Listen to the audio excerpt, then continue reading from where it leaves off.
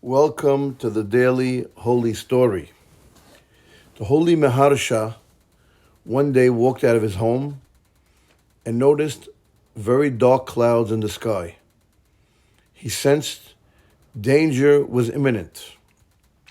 As such, he summoned his assistant, his shamash, and he told him to gather all the Jews in town immediately, men, women, and children of all ages, to the great synagogue in town. The shamash went out and announced to all the Jews that the Maharsha is telling everybody to come to the great synagogue.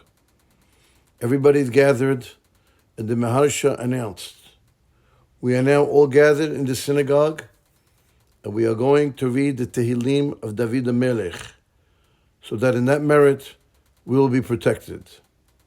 Sure enough, a short while later, all the Goyim in town came to the Jewish neighborhood with axes and knives to kill the Jews and take everything they had.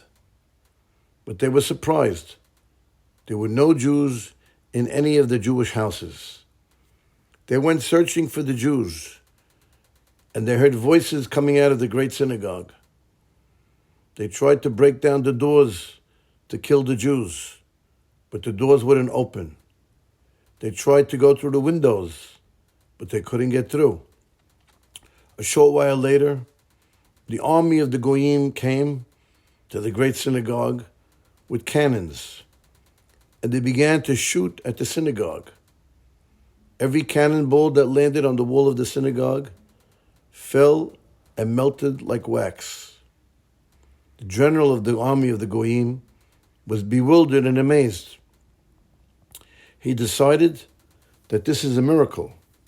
He went knocking on the doors of the synagogue, announcing to the Jews, "Jews, open the doors, and I promise you, nothing bad will happen to you." The Jews didn't want to open the door. They didn't trust him.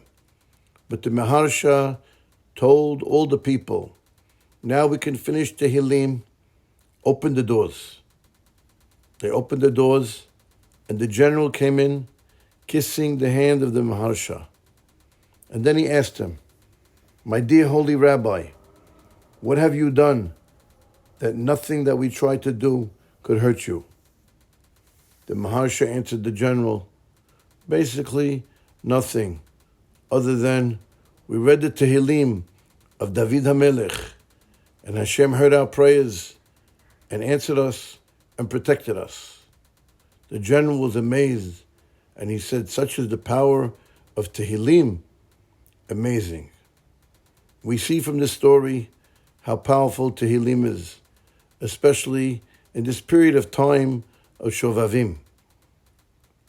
The holy rabbi is right that whenever anybody has an issue, either with health or any other problem, if he reads Tehilim in the merit of David HaMelech, Hashem will protect him. Thank you for listening, and have a lovely, lovely day.